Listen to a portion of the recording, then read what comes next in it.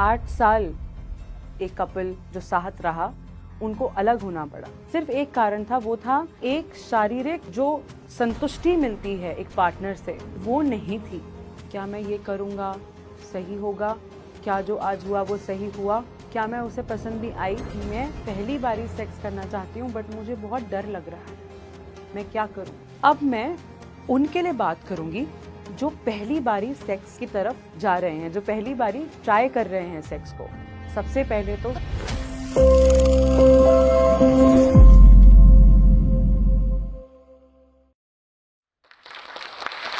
India में अगर हम कॉन्स्टिपेशन की बात करते हैं तो सब बड़े कंफर्टेबली बात कर लेते हैं, लेकिन जब हम सेक्स की बात करते हैं, प्लेजर की बात करते हैं और फीमेल एनाटॉमी की बात करते हैं तो बस सबकी आंखें ऐसी खुली रह जाती हैं, सब हक्के बक्के हो जाते हैं। क्यों?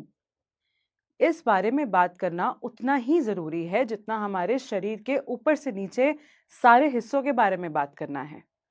मैं हूं ऐश्वर्या, फाउंडर ऑफ सैसिएस्ट, इंडिया का पहला doctor backed sexual wellness and pleasure brand जो औरतों के लिए और LGBTQ कम्युनिटी के लिए है। हमने आज तक प्लेजर को सिर्फ एक मजे की तरह देखा है। सेक्स, पॉर्न, किसी ने मजेदार बात कर दी तो लगा तो सिर्फ सेक्स की बात हो रही है, लेकिन हमने सेक्स को एज अ हेल्थ इंडिया में कभी देखा ही नहीं। हमने कभी सोचा ही नहीं कि जो हमें स्कूल में सिर्फ मेंस्ट्रुएशंस तक पढ़ाया गया था वो सिर्फ मेंस्ट्रुएशंस तक सीमित नहीं है। वो प्रेगनेंसी से लेकर पति पत्नी के बीच के निजी संबंधों से लेकर पूरी जिंदगी को अगर आप देखेंगे तो सेक्स कवर करता है। सेक्स एक सिर्फ आपके लिए वर्ड हो सकता है, एक शब्द हो सकता है, लेकिन कुछ लोगों के लिए जिंदगी में बहुत बड़ा इम्पैक्ट क्रिएट कर देता है, जिसमें हस्बैंड एंड वाइफ कपल्स के बीच में बहुत सारी प्रॉब्लम्स आ जाती हैं। उसका उन्हें अंदाजा ही नहीं होता कि कैसे सॉल्व करना है। आज मैं आपको एक कहानी बताती हूँ। हमारे पास एक लेडी ने मैसेज किया। उसने 5 साल तक अपने हस्बैंड के साथ में सेक्स नहीं किया था। उन दोनों के बीच में 5 साल सिर्फ दूरी थी। क्यों? क्योंकि उसने 5 साल पहले बच्चे को जन्म दिया था। अब एक बार फेसबुक पे ऐड देखकर उसने मैसेज किया कि क्या मेरी ये प्रॉब्लम सॉल्व हो सकती है, मेरा मन ही नहीं करता और ये मुझसे बात करते नहीं, मैं कभी बात कर लूं तो झगड़ा हो जाता है, मैं इसको सॉल्व कैसे करूं? तो फिर सैसियस के डॉक्टर्स, गायनेकोलॉजिस्ट, सेक्सोलॉजिस्ट, थेरेपिस्ट, इन सभी ने साथ मिलकर 6 महीने में इस फीमेल की प्रॉब्लम को सॉल्व किया। वक्त लगा, गायनेकोलॉजिस्ट ने अपने चेकअप्स किए जो बहुत जरूरी थे, थेरेपिस्ट ने अपनी काउंसलिंग करी जो बहुत जरूरी थी, सेक्सोलॉजिस्ट ने उन्हें चीजें बताई कि ऐसा क्यों होता है या क्या हो सकता है, या फिर फिजिकली कोई प्रॉब्लम तो नहीं आ गई है आफ्टर चाइल्ड बर्थ, और गायनेकोलॉजिस्ट ने भी कुछ ऐसे ही टेस्ट किए। तब जाके उन्हें समझ में आया कि चाइल्ड बर्थ के बाद अपनी लाइफ को कैसे नेविगेट करना है, और सबसे बड़ी प्रॉब्लम जो वो फीमेल फेस कर रही थी वो थी पोस्टपार्टम डिप्रेशन की, उसको कैसे फाइट करना है। उन्हें ये बात का अंदाजा ही नहीं हुआ कि उन्हें ये प्रॉब्लम है। तो आप सोचिए कितनी औरतों को इस बात का अंदाजा ही नहीं है कि बच्चे पैदा करने के बाद पोस्टपार्टम डिप्रेशन जैसी एक छोटी सी प्रॉब्लम जो दिखती है वो इतनी बड़ी प्रॉब्लम बन सकती है। तो हमारा काम यहाँ पे प्लेजर को सिर्फ एक मजे की तरह या हमने पॉर्न देख ली ऐसे देखना नहीं है। हमारा काम है कि हम प्लेजर को, सेक्स को एक हेल्थ के नजरिए से देखें और कैसे सुख शांति भरी जिंदगी हम अपने पार्टनर के साथ जी सकते हैं उस तरह से देखें। अब मैं आपको एक और कहानी बताती हूँ। मेरी बहुत क्लोज एक दोस्त है, उसकी कहानी। उसका डिवोर्स हुआ था कुछ 2 साल पहले। 8 साल एक कपल जो साथ रहा, उनको अलग होना पड़ा। उसके पीछे का कारण ना पैसा, ना घर के झगड़े, फैमिली के झगड़े, कुछ नहीं। सिर्फ एक कारण था, वो था एक शारीरिक जो संतुष्टि मिलती है एक पार्टनर से, वो नहीं थी। और वो ना होना उनकी जिंदगी पर बहुत बड़ा इम्पैक्ट दे गया। रोज के झगड़े, ताने, ये सब की वजह से एक टाइम ऐसा आ गया 8 साल के बाद कि वो झगड़े इतना बढ़ गए कि दोनों अलग ही हो गए। तो क्या सेक्स जैसी प्रॉब्लम को ना सॉल्व करना इतनी बड़ी बात है? अगर आप बोले हुआ क्या था, तो अगर आप एक पार्टनर सेक्स नहीं कर पा रहा है तो उसके बारे में अगर वो बात ऑन टाइम कर ली जाए, अगर उसका सॉल्यूशन डॉक्टर के द्वारा ऑन टाइम ले लिया जाए, तो क्या ये प्रॉब्लम सॉल्व नहीं हो सकती? बिल्कुल हो सकती है। बस यही चीज हमने अपनी जिंदगी में ध्यान रखनी है और इस ऐसी कहानियों से हमें तो बिल्कुल दूर रहना है। और अब मैं उनके लिए बात करूंगी जो पहली बारी सेक्स की तरफ जा रहे हैं, जो पहली बारी ट्राई कर रहे हैं सेक्स को। सबसे पहले तो चाहे वो एक लड़का हो चाहे वो एक लड़की, कॉन्डम्स और अपना ध्यान खुद रखने की जिम्मेदारी सिर्फ और सिर्फ आपकी है, आपके पार्टनर की भी नहीं है। अगर आप कॉन्डम्स का इस्तेमाल कर रहे हैं, आप एसटीआई एसटीडीज जैसी प्रॉब्लम से दूर रहेंगे, इन्फेक्शंस नहीं होंगे आपको, और आपके लिए ये सेफ्टी सबसे ज़्यादा ज़रूरी है। और अगर आपको कहीं पे भी घबराहट हो रही है तो आप अपने पार्टनर से पहले ही बात करिए। पीयर प्रेशर में आके कुछ भी करने की कोई ज़रूरत नहीं है, चाहे वो लड़का हो चाहे वो लड़की। किसी ने भी कहा हो कि भाई सेक्स करके तो ऐसे मज़े आते हैं, ये होता है वो होता है, नहीं, हाँ सब होता है, लेकिन अपनी समझदारी से। कभी भी किसी की बात सुन के करने की जरूरत नहीं है, कभी किसी की बात सुन के छेड़ने की जरूरत नहीं है, कभी भी ऐसा कदम ना उठाएं जिससे आपका पार्टनर या कोई लड़की या कोई लड़का अनकंफर्टेबल हो जाए। इन सब बातों का शुरू शुरू में ध्यान रखना जरूरी है ताकि वो आपकी लाइफ की प्रैक्टिस में आ जाए। अब अगर इसी में मैं और ऐड करना चाहूं, कंसेंट।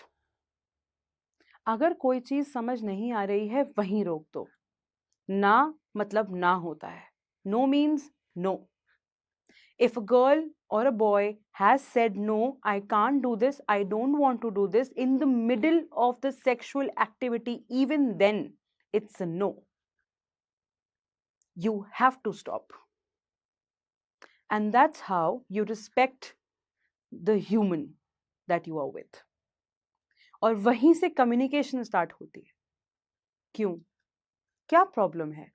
उस बात को समझ के आगे क्या बेटर कर सकते हैं, या साथ में रहना ही नहीं है, कोई बात नहीं, लेकिन इस बात का जानना जरूरी है कि वो ना क्यों आया था। अभी हमने बात करी एक लड़की की ना या एक लड़के की ना के बारे में। अब हम बात करते हैं परफॉर्मेंस एंजाइटी। क्या मैं ये करूँगा सही होगा? क्या जो आज हुआ वो सही हुआ? क्या उसे मैं पसंद भी आया? क्या मैं उसे पसंद भी आई? ये बहुत सारे सवाल आते हैं और आएंगे, कोई बात नहीं, आने ज़रूरी भी हैं ताकि आप अपने आप को और बेहतर जानें। लेकिन इसका मतलब ये नहीं है कि किसी से रेस चल रही है यहाँ पे, नहीं। यहाँ पे आपकी जर्नी आपके हाथों में है, आप उसे अपने पार्टनर्स के साथ लेकर चलेंगे और आप उसे एक्सेप्ट करेंगे। जो जैसा है उसे आप एक्सेप्ट करेंगे। सबसे पहले बात करेंगे, अगर कुछ बेहतर होने के लिए है तो कैसे बेहतर होगा। जजमेंट बनाना उस बात पे दरअसल गलत है। आज की तारीख में अगर हम इसकी बात करें कि डिजायर्स को कैसे एक्सप्लोर किया जाता है, तो 2025 में आते आते इंडिया बहुत आगे बढ़ चुका है। हम अपने बारे में इतना अवेयर हो चुके हैं कि आज की डेट में हम बोलते हैं कि हम खुद से बहुत मोहब्बत करते हैं, सेल्फ लव की बात करते हैं। ये एक ऐसा जरिया है जहाँ पे आप अपने आप को इतने अच्छे से एक्सप्लोर कर सकते हैं। आजकल की डेट में vibrators, body massagers, lubricants, everything is there for you to explore yourself and understand आप किस तरह की चीज़ों से लगाव रखते हैं, आपको पसंद क्या है या फिर आपका कंफर्ट जोन क्या है। अगर आप ये बात अपने बारे में जान लेते हैं तो आपके पार्टनर के साथ में कम्युनिकेट करना उतना ही आसान हो जाता है। तो खुद की डिजायर्स के बारे में जब पता चलेगा तभी तो आप अपने पार्टनर से बात कर पाएंगे। मैं समझ सकती हूँ कि कभी कभी हस्बैंड और वाइफ या कपल्स के बीच में एक डिस्टेंस आ जाता है। ये मेरे साथ भी होता है, घर घर की कहानी है। लेकिन इसका मतलब ये नहीं है कि हम उस बात को दबा दें, उसके बारे में बात ही ना करें और एक दूसरे से धीरे धीरे धीरे करके दूर हो जाएं। एक छत के नीचे रहकर भी दूर रहना अच्छी बात वैसे है नहीं। अगर आप देखेंगे तो इसको सॉल्व किया जा सकता है। हफ्ते में एक बारी अपने पार्टनर के साथ बैठकर अपनी दिल की बातें जरूर करें, कम से कम एक बारी। उन्हें बताएं आपको क्या महसूस हो रहा है, क्यों हो रहा है, क्या कोई पीछे की ऐसी बात है जो आपने कभी बोली नहीं। यहाँ पे मैं दोनों की बात कर रही हूँ, मेल फीमेल दोनों। अपनी बात को अंदर दबाने से कुछ नहीं होगा, बल्कि दूरियां ज्यादा बढ़ जाएंगी। आप जब फैमिली के साथ बैठते हैं तो मैं समझती हूँ फैमिली बहुत इंपॉर्टेंट है, लेकिन फैमिली के साथ साथ अपना समय, एक दूसरे के लिए वक्त भी उतना ही इंपॉर्टेंट है, उसको ना भूलें। अगर साथ में बच्चा हो फिर भी स्केड्यूल करें अपनी डेट्स को। जाए महीने में एक बार हम दोनों साथ में जाएंगे और अपना एक वक्त साथ में जाया करेंगे, ये बहुत जरूरी है। ये कुछ छोटी छोटी चीजें हैं जो अगर आप अपनी जिंदगी में लेकर आएंगे तो इससे जिंदगी बेहतर ही होगी। और ये मेरी खुद की ट्राई करी हुई चीजें हैं, ये मैंने खुद अपनी जिंदगी में अपनाई हैं। और यही सारी चीजें थेरेपिस्ट भी आपको सजेस्ट करेंगे कि दिल की बातें करना बहुत जरूरी है, और वो आप प्लीज करिए। अब मैं आप सबके लिए 3 मिथ्स बर्स्ट कर देती हूँ। सबसे पहला, वर्जिनिटी जैसा कुछ नहीं होता है, भूल जाइए इस बात को। दूसरा, मास्टरबेशन करने से आपकी हेल्थ खराब होती है, बिल्कुल भी नहीं होती है। मास्टरबेशन से आपको प्रॉब्लम तब हो सकती है जब आप अपने दिनचर्या के काम छोड़ के ही वह वो कर रहे हैं, तब हाँ वो एक प्रॉब्लम है, और तब आप अपने थेरेपिस्ट से या डॉक्टर से बात कीजिए। अदरवाइज मास्टरबेशन से कोई प्रॉब्लम नहीं। अगर आप दिन में 1 या 2 बारी करते हैं अपना वक्त निकाल के सारे काम खत्म करके, कोई दिक्कत नहीं है उस बात में। तीसरा, मैं पुल आउट कर लूंगा, pull out game for men, बिल्कुल ही खतरनाक चीज है, इससे भी प्रेगनेंसी हो सकती है। प्री कम एक ऐसी चीज है जो एक क्लियर लिक्विड की तरह आपको दिखेगा, अराउजल की वजह से ये होता है, और इसमें स्पर्म्स भी आ सकते हैं, और प्रेगनेंसी और एसटीआई का खतरा वहीं का वहीं रहता है। तो हमेशा कॉन्डम पहने। अब इतनी कहानियां मैंने आपको सुनाई हैं, एक कहानी मैं आपको आज और सुनाती हूँ। एक लड़की जिसकी उम्र थी 20 साल शायद, वो हमारे पास आके बोलती है कि मैं पहली बारी सेक्स करना चाहती हूँ, बट मुझे बहुत डर लग रहा है, मैं क्या करूँ? मुझे नहीं पता कि वो अपने साथ में कॉन्डम लेकर आएगा या नहीं आएगा। ल्यूब्रिकेंट से क्या होता है, ये कुछ सवाल थे उसके। तो मैंने बस उसे एक चीज बोली, अगर वो कॉन्डम लेकर नहीं आएगा तो आप कॉन्डम ले जाओ, फीमेल कॉन्डम भी तो आता है। एंड शी वाज लाइक, हम उसे यूज कैसे करेंगे, how do we use it? Then I explained her how to use it, how comfortable it is, how she will feel about herself when she is carrying her own condom, and she's so confident about it.